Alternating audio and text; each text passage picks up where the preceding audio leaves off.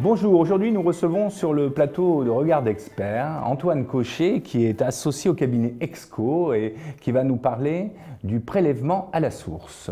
Antoine, bonjour. Kirill, bonjour. Alors lundi 24 septembre a été organisée par le MEDEF une réunion à l'UIMM que vous avez d'ailleurs animée. Il y avait beaucoup de chefs d'entreprise. Ah oui, effectivement, puisque près de 180 chefs d'entreprise et directeurs des ressources humaines se sont déplacés. C'est dire l'intérêt qu'ils portent à ce sujet. Alors, qu'est-ce qui va se passer concrètement à partir du 1er janvier 2019 pour les entreprises? Alors, très concrètement, au 1er janvier 2019, mise en place du prélèvement à la source dans les entreprises, et l'entreprise se voit dotée d'une nouvelle mission. Elle va se retrouver collecteur du prélèvement à la source. Alors, ça veut dire quoi? Ça veut dire qu'en fait, elle va récupérer des taux de prélèvement à la source, elle va collecter ce prélèvement à la source sur la fiche de paye des salariés, et puis sa troisième mission, ce sera de reverser ce prélèvement à la source à l'administration fiscale. Alors, très concrètement, l'impact, eh bien, il est triple. On va avoir un impact sur les salariés qui, pour ceux qui sont imposables, vont voir leur fiche de paye diminuer du prélèvement à la source. Un deuxième impact très concret dans les services RH, les services qui aujourd'hui sont en charge de l'établissement des bulletins de salaire, eh bien, finalement un surcroît de travail lié à la mise en place de cette réforme. Et puis, concernant le dirigeant, bien évidemment, il va se retrouver en pole position puisqu'il sera l'interlocuteur principal du salarié qui a une question. Alors, c'est important malgré tout de rappeler ici que l'administration fiscale est l'interlocuteur officiel principal du salarié contribuable. Quels sont les enjeux pour l'entreprise? C'est la réussite pour l'entreprise de la mise en place de ce prélèvement à la source au 1er janvier 2019. Alors, la réussite, elle passe bien évidemment par la préparation des services RH dans les entreprises. Alors, qui dit préparation dit quoi?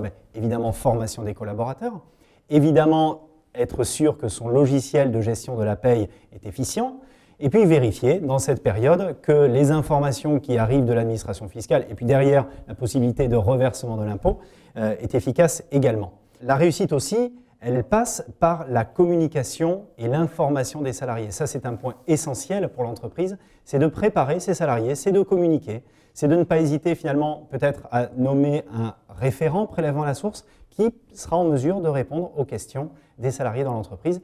Et un des enjeux aussi de la réussite, et c'est un enjeu fort, c'est la confidentialité, puisque l'entreprise va recevoir des informations, le taux de prélèvement à la source, qui est une information qui concerne la situation fiscale du salarié contribuable. Et donc l'enjeu pour l'entreprise, ce sera de préserver la confidentialité de ces taux, pour bien évidemment ne pas le communiquer à l'ensemble des autres collaborateurs de l'entreprise. Alors jusqu'où la responsabilité de l'entreprise peut-elle être engagée? Alors, la responsabilité de l'entreprise, elle peut être engagée sur divers points. Pourquoi pas vis-à-vis de l'administration fiscale? Parce qu'on pourrait très bien imaginer concrètement une entreprise qui collecte un prélèvement à la source sur la fiche de paye de son salarié et qui omet de le reverser. Dans ces cas-là, bien évidemment, c'est l'entreprise qui porte une responsabilité. Également, en termes de responsabilité, on pourrait imaginer demain, dans quelques semaines ou quelques mois, un salarié qui se retourne vers l'entreprise pour avoir des explications sur un taux de prélèvement à la source qui aurait été pratiqué. Et c'est pour ça notamment, et c'est un sujet important à mettre également en regard des derniers tests concernant la RGPD, sur la nécessité pour l'entreprise de conserver l'historique de l'ensemble des taux de prélèvement de ses salariés pendant 6 ans. Les conseils concrètement que vous pourriez donner à ces chefs d'entreprise? Alors, un conseil très concret pour les petites entreprises qui ont la possibilité de reverser le prélèvement à la source de manière trimestrielle, un conseil, c'est peut-être finalement de se mettre dans une dynamique de reversement mensuel, de manière à éviter de jouer, entre guillemets, avec la trésorerie qui correspondrait à l'impôt de ses salariés. Un deuxième conseil, encore une fois, c'est l'organisation, la préparation, la bonne information des salariés, c'est indispensable. Et puis enfin, un dernier conseil, il est possible pour les entreprises de pratiquer ce qu'on appelle la préfiguration, c'est-à-dire de simuler sur les prochains bulletins de salaire une situation comme si le prélèvement à la source était déjà précompté.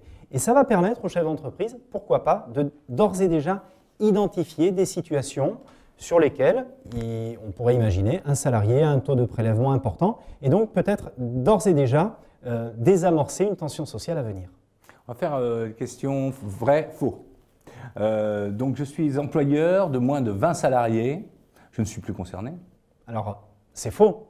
Bien évidemment, l'ensemble des entreprises employeurs sont concernées par le prélèvement à la source. J'externalise ma paye, je ne suis plus concerné non plus.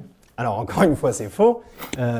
Vous externalisez, c'est simplement que vous sous-traitez cette fonction, mais l'employeur, la société, l'entreprise employeur, reste le collecteur vis-à-vis de l'administration fiscale et donc le prélèvement à la source s'applique bien évidemment à cette entreprise. Donc l'employeur va connaître la situation fiscale de ses salariés. Alors c'est vrai et c'est faux, comme on le disait tout à l'heure. Pour un salarié un salarié contribuable, qui n'aurait rien fait lors de la déclaration d'impôt sur les revenus qu'il a réalisé cette année, s'il n'a rien fait, eh bien évidemment, c'est le taux de son foyer fiscal qui va arriver dans l'entreprise et qui peut donner une information, effectivement, au chef d'entreprise sur sa situation fiscale, éventuellement sur ses autres revenus. Et c'est pour ça que ça a été prévu, il est possible néanmoins pour un salarié contribuable de piloter son taux et d'opter pour un taux neutre. Et ce taux est totalement déconnecté de sa situation fiscale, ce qui ne donnera pour le coup aucune information à son employeur sur ses autres revenus et sur sa situation fiscale personnelle. En qualité d'employeur, je me retrouve donc responsable en fait de l'impôt de mes salariés. En quelque sorte, simplement, on s'en retrouve responsable uniquement dans la mesure où l'entreprise précompterait un prélèvement à la source sur la fiche de paye de ses salariés et omettrait de le reverser. À partir du moment où je précompte et où je reverse, plus de difficultés.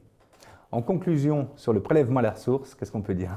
Alors en conclusion, la grande inconnue de ce prélèvement à la source, c'est l'effet psychologique.